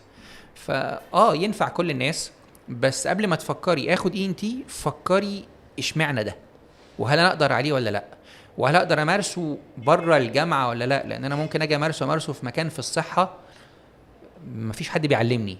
محتاج ان يكون في دكتور شاطر يعلمك. لازم يكون في منتور شاطر يعلمك في اي برانش جراحي. البرانشات الباطنيه غالبا بتمشي with experience مع التايم، انما البرانشات الجراحيه او اللي فيها انترفنشن لازم حد يعلمك، لازم. بعد ما حضرتك عشت مع التخصص اكتر، ايه مميزات وعيوب التخصص؟ يعني ايه الحاجات اللي انا ابقى شايفها وانا بختار الانتي؟ طيب هو الاي ان تي برانش جميل، وانا يمكن عشان واخده بحبه يعني، فممكن شهادتي شويه تبقى مجروحه فيه غير ناس تانية مثلا واقفه سوبرفيشال مش عارفه هو صح ولا غلط. بس خليني اكون واضح، انا واخد اي ان تي وانا بحبه، وبالتالي انا شايف عيوبه في بعض الاحيان مزايا. حلو. فدي حلوه مش وحشه. الحاجه التانية هو الاي ان تي مظلوم في مصر قوي، لان هو انت طول عمرك معروف انك انت دكتور اللوز. فاهمني ازاي؟ دكتور اللوز دي يعني اللوز يعني حاجه عامله زي الطهاره كده، تتكلم عن اللوز تتكلم عن الطهاره، يقول لك دكتور لوز وطهاره وحميات وبطنه، وتلاقي رغم ان اللوز دي قصه كبيره يعني. فتيجي بقى تتكلم تقول لي لا لوز، لا انت محتاج تاخد التخصص ومحتاج تاخد سبيشاليتي ومحتاج تاخد سب سبيشاليتي. انت مع الوقت عايز اشتغل والله ساينس ساينوسايتس اكتر، عايز اشتغل اير اكتر. فانت بترمي نفسك في السب سبيشاليتي. اي تخصص طبي لازم ترمي نفسك سب سبيشاليتي. اوروبا اصلا وبره وامريكا وانجلترا واستراليا وحتى دول الخليج العربي دلوقتي ما بقتش بتاخد الدكتور الجنرال في اي حاجه، بقت عايزه واحد لامع. انت عندك لمعه في حاجه، انت لامع في الجيوب الانفيه، تعالى. انت لامع في الهيد النك، تعالى. انت لامع في كذا، تعالى. انا بحب انتي جدا، شايفه مميز جدا. صحيح في الاول خالص في حياتي ايام النيابه كنت مطحون نبطشيات بمزاجي وغصب عني. يعني انا كنت باخد نبطشيتنا كانت بتبقى 24 ساعه، انا كنت ممكن ابيت 72 ده بمزاجي. إلكتيف كنت اقعد في ما المستشفى شاء 3 الله. ايام ورا بعض معايا شنطتي، ده علما بان انا كنت لسه متجوز، فما كانتش مراتي طيقان يعني. فانا كنت بقعد هناك 3 ايام في المستشفى وارجع مثلا يومين وبعدين ارجع يوم. فكانت بتقضي الاسبوع مثلا 4 ايام في المستشفى. اكتر من في البيت. بس انت بتتعلم. يعني انت زميلك اللي نزل نبطشي اول ما انت بتشوفه نزل الكشك تحت انت نزلت وراه، يبقى هو شاف حاله جديده، فانت هتشوف حاله كمان معاه، يبقى انت اكنك خدت مرتين اكسبيرينس. فهمتني ازاي؟ فبرانش جميل جدا جدا جدا للي يحبه، وبرانش معقول للي عايز ياخده، بس ما مش حلو خالص للي ما بيحبوش. لان انت الجيم بتاعه في الاي ان تي مش جين قريب خالص، جيم بعيد. في الاول خالص زي ما قلت لك انت معروف بين الناس على انك انت دكتور اللوز، لحد ما تسب سبيشالايز تبدا تحدد لنفسك وتحط رانكك وتبقى واضح للناس كلها انت دكتور شاطر في الحاجه الفلانيه. ساعتها بقى يجي الجين. قبل كده الجيم مش عالي، فاللي ما بيحبوش ما ياخدوش. زهقت من مذاكرة البيت وحاسس انك منعزل عن العالم؟ المكتبة بتقفل الساعة 7 وانت اصلا بتصحى متأخر مش بتلحق تذاكر. عاوز مكان مريح وفي جو جميل يشجعك على المذاكرة؟ كوجو وورك سبيس هيكون مكان مناسب ليك. ادي نفسك فرصة تجرب تجربة مختلفة في المذاكرة هتخليك تجيب اخرك. كوجو مش بس مكان مذاكرة، انت كمان لو عندك محاضرة عاوز تشرحها او ايفنت حابب تعمله هتلاقي قاعات مجهزة ومميز بشكل مختلف. ايا كان احتياجك كوجو هيبقى مكانك. فهمت حضرتك. عاوز حضرتك تحكي لي اكتر عن السفر. يعني هل حضرتك كنت بتفكر تسافر اثناء الكلية؟ طب امتى قررت تسافر؟ ليه حضرتك سافرت؟ طيب انا واحكي لي عن بريطانيا في تخصص انت الانتي. زقتني قوي انت في قصه السفر دي، وبعدين خليني اعمل لك معلومه كويسه قوي في الاخر. طيب السفر لا، ما كانش في خيالي خالص ان انا اسافر اطلاقا، ولا مره فكرت ان انا اسافر وانا طالب، ولا بعد ما خلصت الدراسه. واحنا كنواب قصر عيني احنا ما بينفعش نسافر غير واحنا معانا الدكتوراه. يعني احنا ما بينفعش نسافر الا لما ناخد ام دي.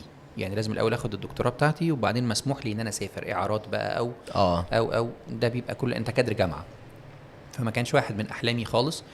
بالعكس انا كنت خلاص انتظمت وعيادتي مفتوحه واشتغلت وبدرس، لكن في حاجات معينه حصلت خلتني اخد قرار السفر. منها يعني خليني اقول منافسات غير شريفه حصلت في بعض الاحيان، فانت بتقول لا انا I need healthy environment. فهمتني ازاي؟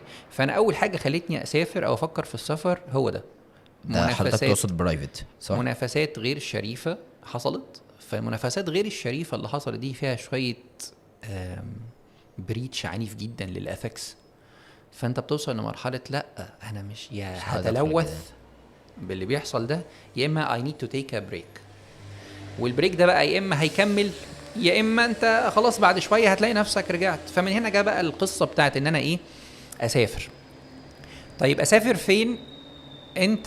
انا سافرت بره ايرلندا، وبس مش استقرار.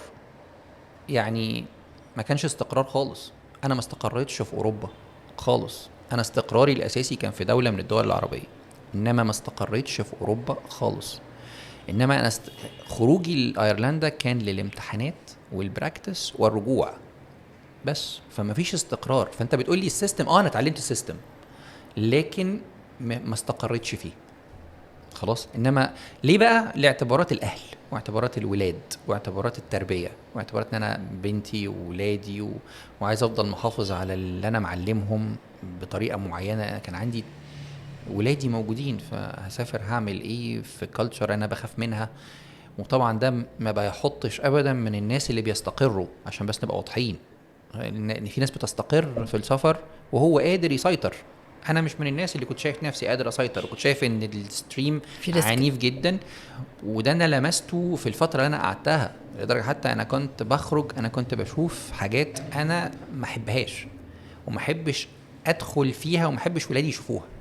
فهمتني ازاي؟ فلا، قلت خلاص، احنا بنتعلم، ندخل السيستم، نبراكتس في مكان احنا على قدنا. طب هل ينفع اسافر دلوقتي الاماكن دي؟ ينفع اسافر بس لوحدي، مش مع برضه العيلة، تبقى مده. مش مع العيله، وتبقى برضو لوحده، يبقى فور مثلا سيستم، انت عايز تزود حاجه، عايز تتعلم حاجه، وبعدين ترجع تاني تمارسها في بلدك. فعشان كده بقول لك فكره السفر فكره انديفيدوال قوي. واحد ممكن يقول لك لا انا هسافر ما ارجعش، واحد يقول لك لا انا هسافر اتعلم وارجع. فهمتني؟ بيبقى فيه خوف من الناس يا دكتور، ان هي لو سافرت في بدايه حياتها بعد الامتياز بتقول والله انا عاوز ارجع، بس انا لو رجعت يعتبر هبدا من الصفر. الناس طبعا في البرايفت او في السكشنز المختلفه تكون خدوا اكسبيرينس والناس عرفتهم، انا يعتبر ببدا من الصفر. فدي خوف عند ناس كتير قوي. فبما ان حضرتك اوريدي سافرت فتره ورجعت، انا عارف ان حضرتك سافرت متاخر ما سافرتش بدري، بس رايح حضرتك ايه في النقطه دي وتطبيقها عمليا؟ هل فعلا اللي بيسافر بره رجوعه مصر بيرجع خطوات كتير قوي لورا؟ طب شوف بقى، هو لو حد سافر زي حالتي كده، انا كنت بقول لك انا اوريدي بدات البراكتس بتاعي وفتحت عيادتي وكانت الناس عارفاني، وفجاه خدت القرار بتاع السفر ده. حتى زمايلي انا شخصيا قالوا انت سافرت ليه؟ انت كنت شغال، الطلبه عارفينك، عيادتك شغاله، طب انت سافرت ليه؟ قلت لهم علشان كذا كذا كذا زي ما انا قلت لك دلوقتي. وقد كان وانا راجع كنت في نفس الحيره، ارجع ولا ما ارجعش؟ انا دلوقتي لو رجعت يا ترى كام واحد عارفني؟ يا ترى لو فتحت عيادتي ناس هترجع لي ولا لا؟ يا ترى ما اعرفش مين. مصطفى ما فيش كتاب، مفيش كتالوج، مفيش كتالوج. لازم تاخد الاستاب، لازم تاخد القرار، ويا يفلح القرار يا تندم عليه. مفيش حاجة في الدنيا خالص هتيجي من غير ريسك. مفيش حاجة اسمها انا سافرت صغير فخايف لما ارجع محدش يعرفني. ارجع، لو انت خلاص مش مرتاح في مكانك ارجع وخد القرار واندم، او وصلح، او ارجع بعد ما تاخد القرار وانجح وكمل. انما انا خايف انا خايف انا خايف، كل حياتنا مقضيينها في مكاننا عشان الكومفورت زون. فهمتني ازاي؟ فخد ريسك وات ايفر. بس ما لهاش قاعده زي ما حضرتك قلت. نو رول. لكن لو رجعت عشان اهلك ده اقدس رول في التاريخ، اكون واضح. ومش غلط ان يتحط ده لو في الحسبان. رجعت عشان اهلك ده اقدس رول في التاريخ، لو عملته من قلبك ربنا مش هيخذلك ابدا. فهمت حضرتك يا دكتور. معلش انا حابب اتطرق شويه لجزء الجواز والخطوبه والارتباط. في ناس بتبقى خايفه ان ده يعطلهم عن الكليه، والناس تاني شايفه ان ده ممكن بالعكس ده بيخليك زي ما حضرتك قلت تبقى مسؤول من بدري، وتتحط في زون معينه يخليك تسعى اكتر او تبذل مجهود اكبر يعني. طيب شوف بقى، هو اللي احسن مني ومنك جاوب السؤال ده. قال يا معشر الشباب من استطاع منكم الباءة فليتزوج. استطاع الباءة يعني استطاع الزواج. استطاع الزواج دي مش يعني بالفلوس على فكرة، بس الفلوس ده جزء منها، انما استطاع يعني المسؤولية، يعني تعرف تشيل مسؤولية، تعرف تفتح بيت، تعرف تبقى راجل بياخد باله من عيلة وأسرة وزوجة كانت متربية في وسط أهلها كويس. لو تعرف خلاص اعمل. طب امتى يعني؟ ما عنديش سن برضو، ما انا ضمن الطلاب اللي انا علمتهم في حياتي ناس اتجوزوا في سنة رابعة، في سنة رابعة، واتجوزوا في سنة ثالثة، وخلفوا. كانت بتخش الامتحان بتاعها، كانت بتخش امتحانها وهي حامل، وكنا عارفينها زمايلكم الطلاب، وتخرجوا بقوا مدرسين دلوقت، يعني بقوا شاطرين في مجالهم. المسألة فيك انت مسؤول، انت جاهز ولا مش جاهز. انا لما اتجوزت ابويا اللي ساعدني. انا لولا ان ابويا ساعدني بالفلوس اللي جهزت بيها شقتي ما كنتش عرفت اتجوز. فاهمني ازاي؟ انا لما اتجوزت انا خطبت وانا طالب. سنه كام؟ وانا طالب سنه 6، واتجوزت بعد الفيرست بارت من الماستر، يعني اتجوزت وانا نايب سنه اولى. مراتي ساعتها كانت امتياز، يعني طالبه كانت معايا. انا اكتر مكان كنت بحبه في الكليه كلها كان قسم الفسيولوجي عشان شفتها هناك. بس فعايز اقول لك يعني ان هو لا، المسؤوليه جواك انت عايز تبقى مسؤول ولا لا. فانا خطبت وانا طالب، واتجوزت بعد سنه اولى. ولما شفت حماية ربنا يرحمه، الراجل قعدت معاه وفهمته انا فين وترتيبي فين في الكليه، وانا متوقع ابقى نايب ومتوقع معرفش ايه. الراجل كان قمه في التفهم وقمه في الاخلاق وقمه في الادب وقمه في الاحترام وقمه في المسؤوليه. فقال لي طيب خلص الكليه بتاعتك، انا موافق مبدئيا، خلص كليتك ونشوف انت هتبقى فين. وقد كان يعني لما بقيت نايب الراجل ما اعترضش خالص. لما مجرد ما نجحت في الماستر خلاص بقى مشينا في خطواتنا وكملنا كل حاجه، والحمد لله رب العالمين، الحمد لله. فلا يعني انا بشجع اي حد عنده المقدره النفسيه، واهله هيساعدوه طبعا، لان انا ما اعتقدش ان كلنا معانا الفلوس اللي هنبقى بيها حياتنا بسهوله، وهيقدر يفتح بيت وهو انسان. خد بالك من الكلام ده، وانا هنا اقصد الولد اكتر ما اقصد البنت. وهو انسان يقدر يشيل، يتوكل على الله، لان البنت ما كانتش بتشيل، البنت كانت متشاله. فاهمني ازاي؟ فلو انت هتقدر تشيل توكل على الله، انما لو انت مش قادر اصبر شويه. بس خد بالك من حاجه، انك يا هتتجوز ايرلي يا هتتجوز ليت. يعني انت يا هتتجوز بدري فتشيل مسؤوليه، يا اما هتلاقي نفسك بتاجل القرار كل شويه، بتاجل القرار، وده اللي غلط. لو ملكت اللي يجوزك في اي وقت اتجوز احسن، لان ده بيعلم المسؤوليه. حتى لو الجواز هيعطلنا على السفر. طب ليه هيعطلك عن السفر؟ ما تاخدها وتسافر. ما هي نفس ما هي انا معايا فلوس، يا اتجوز يا سافر. خدها وسافر. انا مش عارف اعمل الاثنين. لا يبقى سافر سنه وخدها، انما ما تبطل. مش عشان كده انا مش هتجوز يعني لو معاك فلوس تسفرك اخطب وسافر وارجع اتجوز وخدها وسافر، انما ما تسيبهاش في بلد وانت في بلد. فهمتني؟ فهمت حضرتك. عاوز حضرتك تحكي لي الفروقات اللي حضرتك شفتها ما بين الطب بره مصر كممارسه والطب في مصر، وعاوز حضرتك تقول لي مميزات الطب في مصر، مش العكس. مش مميزات الطب بره مصر. يعني عاوز احس كده ان انا. خليني اقول لك مميزات الطب في مصر الاول. طيب مميزات الطب في مصر انك انت بتبراكتس وسط الجروب. يعني ايه وسط الجروب؟ يعني انت كل يوم بتتعلم حاجه جديده. انا النهارده مثلا وانا في مصر بشوف زميلي بيشتغل في حته الفلانيه بيعمل عمليه معينه انا نفسي ابجريد فيها. مش هيحصل حاجه في يوم من الايام انا دخلت اتفرجت عليه، هو زميلي اصغر مني اكبر مني، واتعلم منه ستيب وما امارسها انا. واحنا كلنا بنعمل كده في المجالات الجراحيه بالمناسبه، حتى في المجالات الباطنيه ومجالات الانترفنشن. هو كده سيستم التعليم قائم على ان الاكسبوجر ثم اكسبيرينس. خلاص فهمنا ازاي؟ فده اهم مميز. تاني اهم مميز انك انت بتخدم بلدك، بتخدم اهلك، وده مش حاجه مثاليه ولا يوتوبيا والله. انت بتخدم اهلك فعلا، لانك انت لما بتسافر بتخدم شعب غير شعبك. صحيح الطب انت حالف على قسم انك انت تخدم مهما كان الانسان جنسه وعرقه ودينه وكل حاجه، بس لما بتخدم في وسط اهلك انت بتبقى مرتاح. ثالثا انت وانت بتمارس الطب في بلدك انت اهلك كلهم حواليك، فانت اوريدي معاك ممارستك الطبيه ومعاك ممارستك السوشيال الاجتماعيه. انما انت لما بتتغرب بيبقى معاك الطب فقط ومشتاق لاهلك، انت مش معاك اهلك.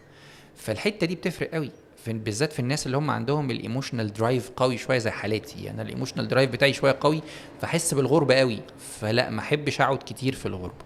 تمام. طيب رابعا بقى، وده شيء مهم جدا، لما بتبني في بيتك غير لما تبني في بيت الناس. يعني ايه؟ لما تبني بيتك في وسط بلدك فانت بتبني عيادتك، بتبني اسمك، بتبني مستشفى بتاعتك، بتبني كل الحاجات اللي بتخصك انت. انما لما هتبني بره عمرك ما هتبني حاجه باسمك، مفيش حاجه باسمك خالص. انت الناس هتيجي للمستشفى دي عشان المستشفى، مش هيجي لك انت. انت شاطر هيجولك في الاخر ايفينشولي هيجولك، بس هم ما عرفوكش غير لما دخلوا الاول سيستم المستشفى. انما انت في مصر الناس ممكن تجيلك انت باي نيم. يبقى انت بتبني نفسك واسمك في بيتك احسن ما تبني نفسك واسمك في بيت الناس اللي هو بيت الاغراب. فهمتني ازاي؟ فدي المميزات. طيب ايه بقى الفوارق؟ لا طبعا يعني ليه فوارق كبير. مش كبير قوي يعني. لا الفوارق كبيره. اول حاجه انك انت الفايلنج، الميديكال ليجاليتي. الفايلنج يعني انت بتكتب العيان من اول ما بتشوفه، من اول ما شفته ان شاء الله هو عيل صغير، لو جالك بعدها ب20 سنه الفايل بتاعه مازال موجود على سيستم. دلوقتي لا، احنا شغالين بنحارب عشان نعمل فايلنج، وفي بقى في برامج في العيادات، وبقى في ملفات ومعرفش ايه وحاجات زي كده علشان تكتب وتواتش يور بيشنت. بس طبعا لو انت بتتكلم على سيستم على كمبيوتر موحد فالقصه هتبقى قويه جدا. طيب حاجه تانية، الميديكال ليجاليتي زي ما قلت لك. يعني ايه؟ يعني هناك بره الكونسنت بتاع العمليات بيبقى على السيستم. تمام.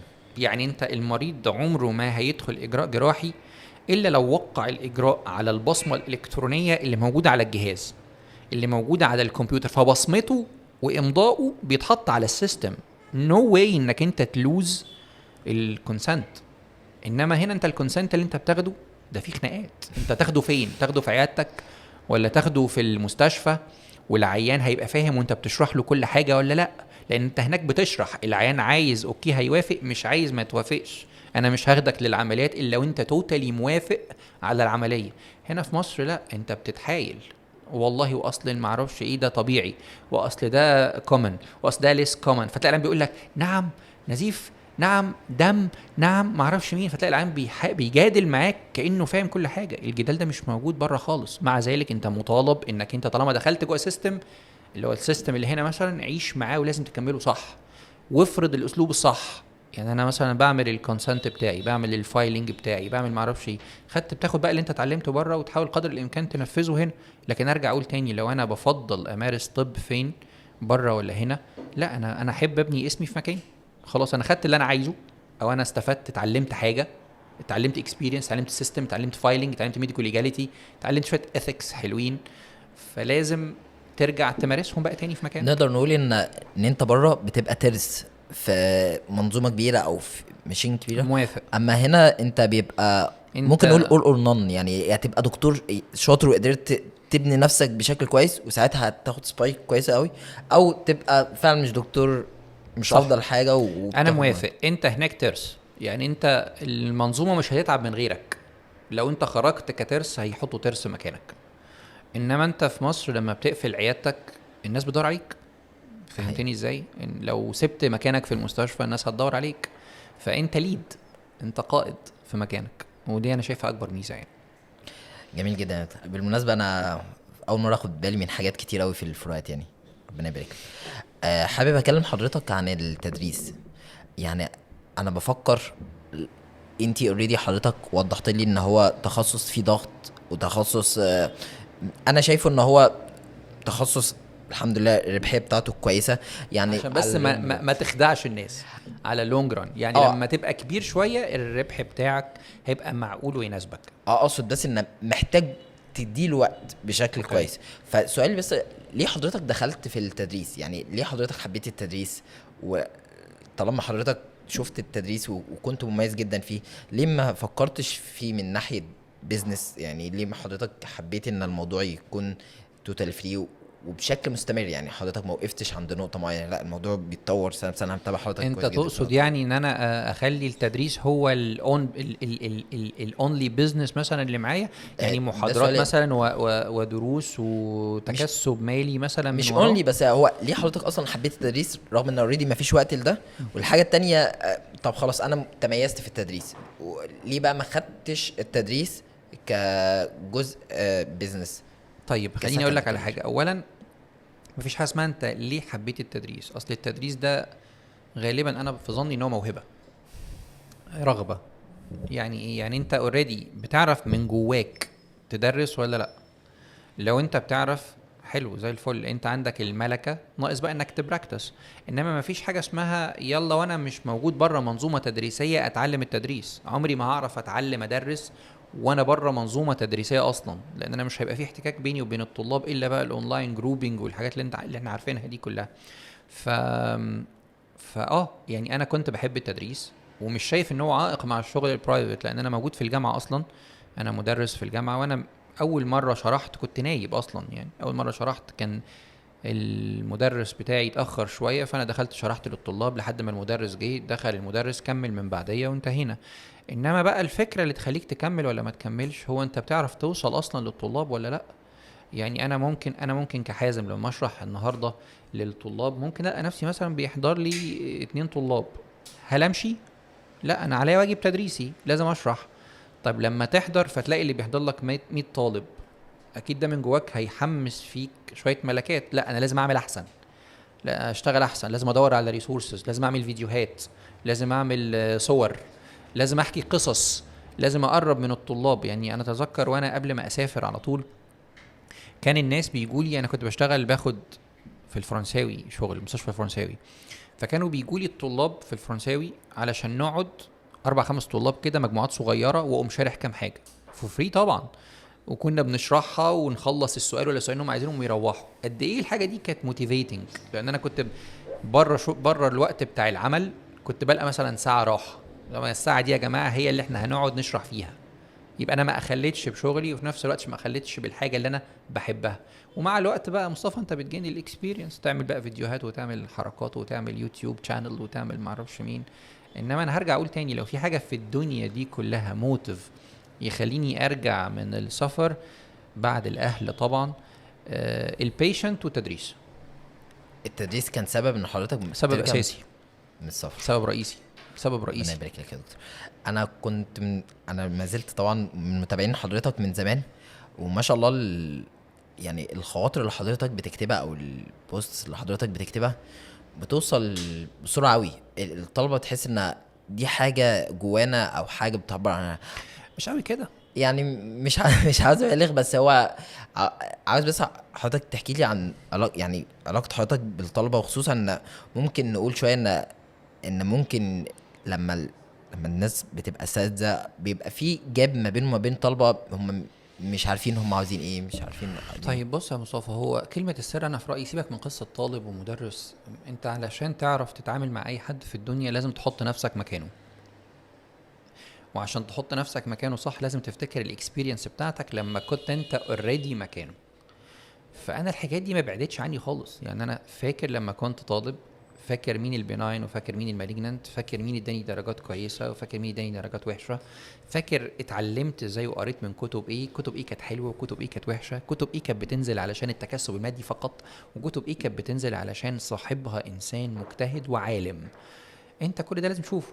ثم كنت طالب، عيطت في اول محاضره، حزنت، نمت على الكتاب من كتر التعب، لما انتهى نمت في المدرج والمدرس خبط فوق راسي علشان اصحى وانا في المدرج طالب زيك. فانا متصور ان في يوم من الايام لو شفت طالب زي حضرتك وانا مدرس ونايم في المحاضره لازم اعذره، لان هو نام من التعب. ما انا ما نمتش زمان لان انا مش طايق المدرس، انا نمت من التعب والارهاق. فانا لو التمست العذر اللي كان عندي زمان هعرف التمسه له دلوقتي.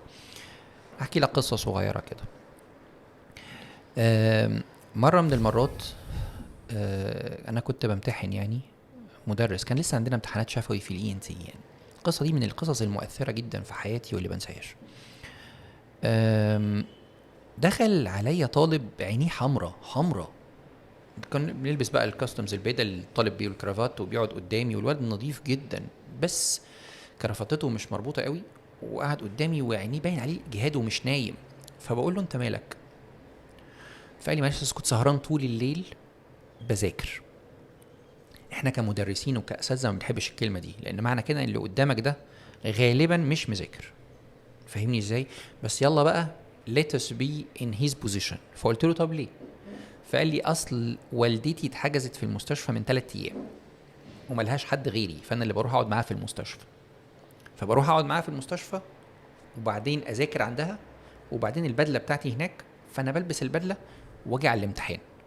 فهمتني ازاي؟ طبعا برضو في لحظه من اللحظات هقول الواد ده بيألف، عامل بالظبط زي المتسولين اللي في الشارع وجاي بيقول لي عايز درجه. يعني ما تعملش بقى، ده نصايع يعني، اللي هو ما تضحكش عليا، يعني ما تصيعش عليا، انا هقفشك. قلت له طيب بص بقى، انا همشي معاك لاخر الستوري، انت مذاكر ايه؟ فقال لي كذا وكذا وكذا وكذا. قلت له طب انا هسألك في ال5 مواضيع اللي انت قلت عليهم الايه اللي انك مذاكرهم، بس افهم لو ما جاوبتش هنزعل. فقال لي انا مذاكر ال5 مواضيع دول حلو قوي. سألته ال5 مواضيع بالكي ومهمين جدا في البكالوريوس، اللي هو يعني في سنة 4 ساعتها. فسألته، فالولد منطلق يجاوب، يقف شوية يتلعثم حبتين فتساعده انت بكلمة فيكمل. فخلاص بقى فهمت ان الولد ده كويس خالص وجاوب. ويمكن بالنسبة لي انا في اليوم ده كان هو احسن الطلبة اللي امتحنوا في المجموعة كلها. فقلت له قول لي بقى خلاص احنا خلصنا وانا هدي لك درجة كويسة، انت فعلا ماما عيانة؟ فقال لي ماما عيانة، وانا والله يا دكتور باجي من الحتة الفلانية في مستشفى كذا في قسم كذا. قلت له طب روح سلم على ماما وقول لها ابنك شاطر والدكتور اداني الدرجه النهائيه. فمشي. فدي قصه من قصه لحد النهارده فاكرها لانها قصه مؤثره جدا. بالمقابل بقى يا مصطفى بيه، مرت السنين، انا كنت بنظم امتحانات وكنت بقعد اعمل تنظيم جداول الامتحانات الشفوي والامتحانات العملي. وكنا عندنا امتحان السلايدز كده، امتحان السلايدز كنا بنحط مونيتور، والمونيتور ده بيطلع عليه سلايد، والسلايد ده عليه اسئله، يتعرض السلايد الطالب يجاوب. فكنا لازم نقعد الطلاب 20 طالب مثلا قاعدين في مكان في وش المونيتور شايفين السلايدز. فانا كنت اروح بدري قوي زي ما النهارده جيت لك بدري كده. بنروح المكان ده بدري قوي، فانا بروح بدري قبل الناس كلها واقعد اقوم مشغل المونيتور على السلايدز، واقوم مشغل الخمسه ولا السته سلايدز اللي هنمتحن فيهم، واقوم قاعد في ال20 كرسي. يعني انا قعدت في الكرسي ده، في الكرسي ده، وفي الكرسي ده، وفي الكرسي ده، وافتح المونيتور واشوف. ليه بقى؟ علشان ما فيش حد يقول لي انا مش شايف. ما انا لازم اقعد فيهم كلهم اشوف ريفلكشن لايت، اشوف ايه حاجه فيه مشكله. فمره من المرات اتذكر انا بدخل بقى الطلاب، بدخلهم. فمره من المرات وانا بدخل فانفعلت على بعض الطلاب للاج، فدخلوا بعدها. وبعدين جوه بقى في حد بقى، يا جماعه انا قعدت في كل كراسيكم، كل حد منكم شايف ولا مش شايف؟ قالوا لي كلنا شايفين يا جماعه اهو، ادي تيست اهو، شايفين ولا مش شايفين؟ قالوا لي شايفين. بدأ الامتحان، حد من الطالبات لقيتها بعد دقيقتين بالظبط بتقول انا مش شايفه. انفعلت وزعقت وسكوتي، ما ينفعش، اصل احنا خلاص دخلنا اللجنه واللجنه بدأت، وما ينفعش اوقف الامتحان، واللي هي بتعمله هيعمل تعطيل لزمايلها. هتبدا الامتحان الاول. قلت لها يا دكتوره كملي السلايدز، شوفي خلاص اللي انت شفتيه كملي السلايدز وامتحني. كملت البنت السلايدز وامتحنت، وعدى اليوم زي كل ايام الامتحانات وخلاص. وانا عديت، انا خلاص انا نظمت الامتحان ونجحت في تنظيمه، والطلاب كلهم محدش اشتكى، يمكن طالبه ولا اتنين بس اللي اشتكوا في اليوم ده، وخلاص على كده. وبعدين تعدي سنين كده، اقول مثلا 4-5 سنين، عشان القى في الانبوكس بتاعي رساله ما اعرفش، فانا بفتحها كده رساله، فلقيت هي بتقول لي انا فلانه الفلانيه اللي حضرتك عملت معاها كذا في سنه كذا. يعني شوف، هي ما نسيتش الموقف 5 سنين، رغم ان الموقف عدى مع حضرتك عادي. هو عدى معايا عادي لان هو جزء تنظيمي، انا ما اقصدش حاجه بيرسونال، يعني انا ما غلطتش فيها كبيرسون، وقعدت وجربت وعملت اللي عليا بالكامل، هتقعد هنا وهتقعد هنا وهتقعد هنا. بس يمكن في اليوم ده لان انا عايز اخلص الامتحان بتاعي على اتم وجه ما سمعتهاش. كان لازم ما اسمعهاش بالمناسبه، عشان مجرد ان انا اسمعها واعطل الامتحان يساوي ان زمايلها كمان راحوا في الامتحان. فهي قالت لي انا عارفه حضرتك كويس قوي من ايام ما كنت بتدرس لنا، وعارفه ان نيتك كويسه، وعارفه ان اللي انت عملته رغم قسوته كان صح، لكن انا بس حبيت دلوقتي اقول لحضرتك ان انا كنت زعلانه منك كل السنين اللي فاتوا دول، وبتصل بيك عشان اقول لك انا لان انا عارفاك انا مسامحاك. فالموقف ده كان صعب جدا. وطبعا انت بتتعلم بقى انك انت لازم تابريشيت every single response. بس ارجع تاني، النظام يعني لازم ننظم الامتحان احسن من كده. كان لازم اسمعها صح، بس من غير ما ابوظ او ادسترب الامتحان بتاع الناس. وفعلا فرقت معايا جدا نفسيا. عشان كده انا بقول دايما كونك كلوز للطلاب ده شيء عظيم، لان بدل ما تتحط في يوم من الايام تحت محك دعوه حد يدعي عليك، ولو حد دعا عليك انت ما انتش عارف تاثيرها هيبقى فين في حياتك. انا برضه عاوز اكومنت على الجزء ده يا دكتور. احنا كنا جبنا الادوات من كانت الادوات بقالها شهر، وانا كل ما اقول للدكتور ما كانش راضي يسجل معايا. فانا جبت رقم حضرتك عشان كنت بحاول اتواصل مع حضرتك على عارف هذا الموقف. على انبوكس، وكنت مبسوط جدا ان جبت رقم حضرتك. فبعت حضرتك ساعتها قلت لي انت ازاي ايوه بالظبط، لان هو الرقم البيرسونال انا ما اعرفش انت ازاي جبته. فانا ساعتها بقى كنت قاعد مع اصحابي، ولو وديته لحد هنفخك برضه. انا ساعتها اتخضيت حقيقي، وقلت لاصحابي انا خلاص انا هبيع الادوات بتاع البودكاست، انا مش هعمل حاجه. انا مش هعمل حاجه. انا عملت فيك التأثير. انا كنت متضايق جدا. قلت لهم بس قعدت كده شويه، قلت لا ان شاء الله هسجل الحلقه دي يا دكتور حازم. وانا كنت عند وعدي من ساعتها، قلت لك هنسجلها، يعني هنسجلها ان شاء الله يا دكتور حبيبي. ربنا يبارك. فانا كنت عاوز اكومنت بقى الحته دي على حته الورك لايف بالانس. يعني شايف تطبيقها ازاي بشكل واقعي مش بشكل كلامي؟ و يعني شايف حضرتك كل ستيب، يعني هل فعلا محتاج اتعب قوي الفتره اللي انا فيها في الكليه دي، ولا محتاج ان انا استمتع عشان دي احسن فترات حياتي، ولا محتاج ان انا اعمل ايه؟ طب انا قلت لك يا مصطفى من شويه، قلت لك الاكستريمز وحشه. يعني كونك ترمي نفسك في حضن الطب والممارسه الطبيه فقط اثناء سنين الدراسه من غير ما يبقى عندك هوبي، هتبقى عامل بالظبط زي اللي بيضحكوا علينا بتوع الكليات التانية، يقول لك ده ما يفهمش في حاجه، ده ضحك عليه، ده ما يعرفش اي حاجه في اي حاجه. لان هو بس الكلام ده مش صح، مش واقعي. انا اكتشفت ان طلبه الطب مع الوقت من اكتر الطلبه التالنتد، من اكتر الطلبه الشاطرين، من اكتر الطلبه اللي عندهم بدل الحاجه اتنين وتلاته بيعملوها، اللي بيكتب واللي بيرسم واللي بيعمل خواطر واللي بيمثل واللي بيغني واللي بيعمل منشد واللي بيعمل قران واللي حاجات كتير. كل واحد فيهم عنده موهبه، من غير تفاصيل المواهب، من غير ما نتكلم فيها، كل واحد فيهم شاطر في حاجه، وده عظمه. بالعكس ده هو ده اللي هيدي لك الموتيف انك انت ايه، تكمل. فهمتني ازاي؟ فما ترميش نفسك بقى في الاكستريم، انا هبقى طالب طب، ادرس طب بس لحد ما تخلص، ما اعملش اي حاجه ثانيه في حياتي، وفي نفس الوقت ما ارميش نفسي في اللعب واقول لا انا عايز من الطب النجاح، لان الطب ما فيهوش الكلمه دي، ما فيش في الكلمه دي انا عايز انجح بس. الطب ما فيهوش كده. النجاح متعب نفسه. النجاح مش سهل. ثانيا النجاح لوحده غير كافي. النجاح لوحده كونك تعدي سنين الدراسه فتنجح فتتخرج فيبقى اسمك دكتور، ده غير كافي، لانك انت لازم يبقى في ذاكرتك وفي ذهنك وفي مخك وفي قلبك شويه سكيلز انت اكتسبتها اثناء الدراسه، عشان هي دي اللي هتعيش معاك طول عمرك باي ذا واي، وهتفتكرها وتقول ياه انا قريت الحاجه دي زمان وانا طالب، او اتعلمت الحاجه دي زمان وانا امتياز. وفعلا كلامي صادق عشان تبقى فاهم. انا النهارده وانا بشتغل ENT بقالي حاجه و20 سنه، حاجات بفتكرها من ايام ما كنت في الامتياز، وحاجات بفتكرها من ايام ما كنت طالب. انا فاكر لما الدكتور قال سودو ستراتيفايد كولامنر سيليتد ابيثيليوم وذ جوبلت سيلز، يا نهار ابيض انا بشوفها دلوقتي في الENT. يعني الكلمه فعلا، الكلمه البشعه اللي احنا عاملين كلنا بنتريق عليها دي، اللي هو لازم تسيب الكليه لما تقرا كلمه سودو ستراتيفايد ما اعرفش، لا الكلمه دي كلمه مؤثره جدا، ولحد النهارده انا بريسبكت الكلمه دي. فالبالانس مطلوب. اتعلم، حافظ على الهوبيز بتاعتك، براكتس في الاثنين، اطلع من الكليه وانت دكتور ناجح متفوق شاطر، وفي نفس الوقت اوعى تضيع الحاجه اللي انت بتحبها، لانك انت هتحتاجها في يوم من الايام. اكيد. في ناس بتقول، وانا مؤمن بالنقطه دي جدا، ان الطب بيزود ايمانياتك وبتشوف فيه معجزات وبتتاكد ان مش بالحسابات. ممكن حضرتك تحكي لي موقف سواء مع عيانين او مع طلبه، أو مواقف حياتيه حضرتك طيب أكدت هو النقطة دي؟ يمكن انا فهمت من كلامك انت بتدور على الحته المعنويه للطب. صحيح. اللي هو هل الطب مثلا بيدينا جين تاني غير الفلوس مثلا؟ هو طبعا الطب بيديك الستر وبيدي لك البركه، ودي حاجات ما ينفعش نستهين بيها. الستر والبركه من الحاجات المهمه جدا، لان قليل العلم ممكن ينجح بالبركه والستر. كثير العلم غير المستور مش هيفيده علمه في حاجه. فهمتني ازاي؟ يعني واحد كثير العلم لكن مفضوح، الغلطه بتاعته بتبقى ب1000. انما قليل العلم المستور المبارك في حياته ممكن ربنا سبحانه وتعالى يخلي الناس تخليها كلهم تشوفهم اشطر بني ادم في الدنيا. فلا، كونك تبقى، مش عايزك بقى تبقى قليل العلم، عايزك تبقى مستور. يعني اتعلم كمان، ما تبقاش قليل العلم. يعني خد المثل الحلو، هبقى مستور ومبارك في حياتي وكثير العلم.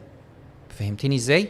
طيب اديك برضو مثال. انا في مره من المرات، ويمكن زمايلك عارفين الكلام ده، انا حكيته اكتر من مره في المدرجات. يعني كنت في عيادتي الشخصيه، وانا كنت عامل ليميت لعدد المرضى اللي انا اشوفهم، لان انا كنت بروح، كنت فاتح عياده بعيد عن سكني شويه، فكنت باخد حوالي ساعه ونص على ما بروح بالليل. بقى خلاص عياده الساعه 12 ونص مش عارف ايه، فهرجع الساعه 1 الصبح 2 الصبح.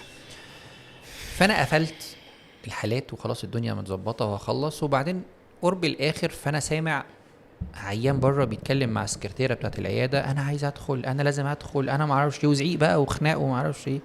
فطلبتها، فقالت لي ده في عيان بره عنده بس بينزف من مناخيره. قلت لها مبدئيا العياده مش عشان استقبال حالات النزيف، حالات النزيف بتبقى في الطوارئ يعني، وده ليجالي صح 100%. ومعلش اعتذري له ان انا مش هينفع اشوفه، ويروح على المستشفى اللي جنبنا على طول مستشفى فيها طوارئ، يروح هناك هيلقى فيه نواب انف واذن يكشفوا.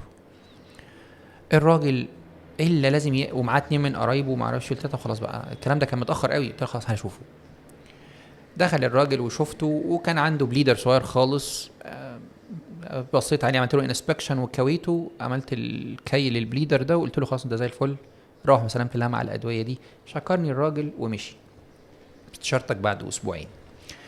وانا مروح في اليوم ده، خلاص بقى الساعه بقت الساعه 1 الصبح بقى، وانا مروح في اليوم ده وانا ماشي حسيت ان في حاجه غلط في العربيه. فنزلت لقيت التاير اللي قداماني نايم على الارض خالص. خلاص. والبتاع اللي هو اللي انا عايز افك بقى عشان اركب وما اعرفش ما بيلفش اصلا، لقيته بايظ. يا نهار اسود، طب انا هعمل ايه؟ هروح ازاي دلوقتي؟ ففضلت واقف محتاس وانا لابس البدله بقى ونازل وما اعرفش. والساعه واحدة بقت 1:30، بقيت مش عايز اتحرك والدنيا ضلمه بقى. لقيت عربيه كده بيك اب صغيره بيضه، فاكرها لحد دلوقتي. نزل منها واحد شخص كده جميل بجلابيه، فبيقول لي بس خلاص خلي عنك يا دكتور. شكلي بقى خلي عنك يا دكتور، ايه المشكله؟ قلت له كذا كذا كذا. فراح جاب من عنده هو البتاع اللي هو الصليبه دي، وراح مركب اللي مش عارف ايه العجله، وراح واخد العجله وقال لي يا دكتور ما تحطش ايدك خالص، ما توسخش، اوعى توسخ ايدك يا دكتور، اوعى توسخ هدومك يا دكتور، اوعى تعمل ما اعرفش ايه. بقيت مشغول من رد الفعل، ايه رد الفعل ده؟ وراح خد العجله حطها، وراح حط البتاع الثانيه. طب بالله عليك، طب خد، طب حاجه، طب مبلغ. لا لا لا يا دكتور والله ابدا. ربنا يبارك فيك يا دكتور، ربنا يسترك يا دكتور. توكل على الله. ورحت مروح، خلاص الموقف عدى. الراجل جه في الاستشاره بتاعته بعد اسبوعين، جه معاه كشفين. يعني هو جاب معاه كشفين، يعني هو جه استشارته وجايب معاه بقى كشفين عشان تعرف بقى البركه. ما هو دي البركه، خلاص فاهمني ازاي؟ فزاد بقى رزقك. ما هو راجل خف وزاد رزقك. فالمهم دخل وكشف وخلص، وبعدين لقيته بيبتسم كده ابتسامه خفيفه. فبقول له في ايه؟ فقال لي بقول لك ايه. فقلت له، قال لي هو حصل لك حاجه وانت مسافر وانت مروح من عندي يوم فقلت له ايه بالظبط كده والله. هو حصل لك قصه تحس نفسك دخلت عالم كده. فقلت له ليه انت بتقول كده ليه؟ قال لي ما اعرفش، بس انا جالي هاجس كده ان انت كنت في اليوم ده مزنوق. فقلت له فعلا حصل كذا كذا كذا. قال لي اصل انا دعيت لك بعد ما مشيت من عندك ان ربنا يسترك ويبارك فيك وما يوسخلكش جدا. فقلت له ياه انت عملت كده؟ اصل ده بالظبط اللي حصل. واحد جالي سترني وصمم ان انا ما اتوسخش ولا هدومي تتوسخ، وغير لي العربيه بتاعتي التاير بتاعها، ومشيت ورجعت، وانت جبت لي النهارده 2 عيانين. فليك تتصور يعني ايه بقى البركه في حياتك، يعني ايه بقى الستر في حياتك. ما اعتقدش ان في قصه في الدنيا زي كده. خد على كده بقى الاف القصص التانية بقى اللي انت بتعالجهم، والاطفال الصغيرين اللي بتحافظ عليهم لامهاتهم ولابائهم. فالطب مكسبه الحقيقي مش بس الفلوس، بامانه مكسبه الحقيقي البركه والستر. ربنا يديمها نعمه يا دكتور يا رب، اللهم امين لينا جميعا يا رب. عارفين ان احنا طولنا على حضرتك خالص. اخر نقطه، حابب حضرتك تقول نصيحه كنت تتمنى حد يقولها لك وانت طالب، او حاجه انت شايف ان مفتقدينها احنا كطلبه الفتره دي. شايف دكتور فعلا في فروقات ما بين طلبه الطب دلوقتي وطلبه الطب زمان؟ مش عارف اقول للاسف، خايف اقول للاسف الطلاب بتوعي يزعلوا مني، بس الطب يا جماعه مش نت بس. الطب مش فيديوهات على اليوتيوب بس. الطب ده فيه انتر اكشن عنيف جدا. اللي انا مفتقده في الفتره دي دلوقتي هو الانتر اكشن ده. كونك تبقى طالب طب ده بيستلزم منك انك يبقى عندك سكيلز معينه. السكيلز دي مش هتاخدها ابدا من فيديو يوتيوب، رغم ان انا ليا تشانل يوتيوب وعارف ان في كتير ليهم تشانلز يوتيوب وبيدرسوا، وفي طلاب كتير بيقعدوا في البيت وبيدخل الامتحان يقفل الامتحان من اليوتيوب ستادي اللي هو عملها ده. لا اعيب هذا النظام، لا اعيبه، بس لو انت عندك التايم وعندك البريفليج انك تيجي الكليه وتتعلم وتحتك بالدكتور اللي بيحبك اللي جاي لك، وتحتك بالدكتور كمان اللي ما بيحبكش، تعرف ده وتعرف ده، وتشوف المريض وتتعلم how to deal with him. لان الحته دي مهمه قوي. انت هتبقى دكتور، ده انا في جزء اساسي من محاضرتي للطلاب ان المرضى يتكلموا معاهم وهم يتكلموا مع المرضى علشان يعرفوا ازاي يبراكتس ميديسن في وقت من الاوقات. فاللي انا مفتقده دلوقتي مختلف عن في طلاب دلوقتي عن طلاب زمان. الرغبه مش الرغبه في الدراسه، رغبه في التعلم. الرغبه في التعلم الحقيقي.